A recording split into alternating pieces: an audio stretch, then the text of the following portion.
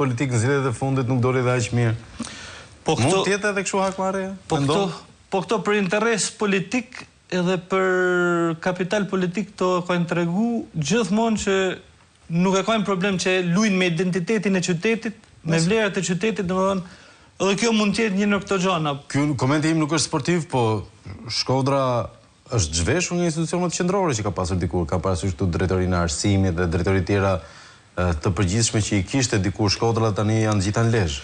Janë gjitha në Lezhë, edhe bashkia po ta shikosh Meseli është në Tiranë, po ta shikosh se kena për shembull zonja Mera Telidi, shefja e kabinetit është për Skaparet. Gjithë shkojnë e vinë. Shefja e kabinetit e Shkodrës është për Skaparet. Po, është një Tan Brahimi, se Shkodra ka një 13 Tan Brahima, një humorist, një 2 3 i kam kushërion dhe është prej Shijakut. Ky Tan Brahimi i bashkisë nuk është nga Shkodra. Po, jo, nuk është nga Shkodra ky bashkisë. Ky që duhet më ken. Po. Aron Miloti Ky drejtori i kulturës që pa. Drejtori i sportit. I sportit, fal. Shkodroni është po si Beneti kështu.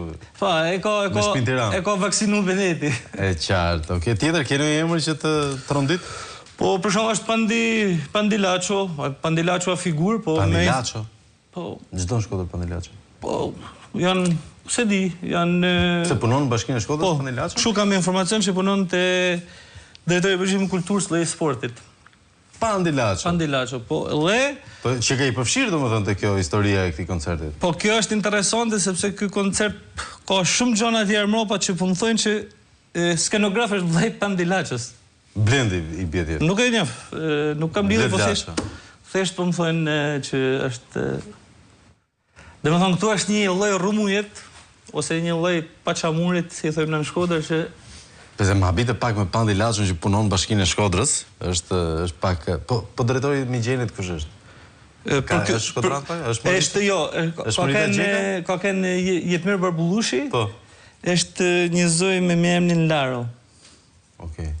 Po mirë, Shkodranë duhet të jetë në emrin. Me origjinë Shkodranë, po profesor Jetmir Barbullushi besoj që nuk u do të më largu në atë mënyrë si u largu. Si është pulsi i tifozëve në këto momente dhe i qytetarëve të Shkodrës? A janë ata të shqetësuar apo e konsiderojnë si një administrim i keq? Pra shohin konspiracion apo lapsus? Po faktikisht edhe tifozat në këtë rast janë edhe i fies, si thojmë na, i fies skeptik, sepse faktikisht në fillim ka pas një marrëdhënie shumë ngushtë presidenti i vllaznisë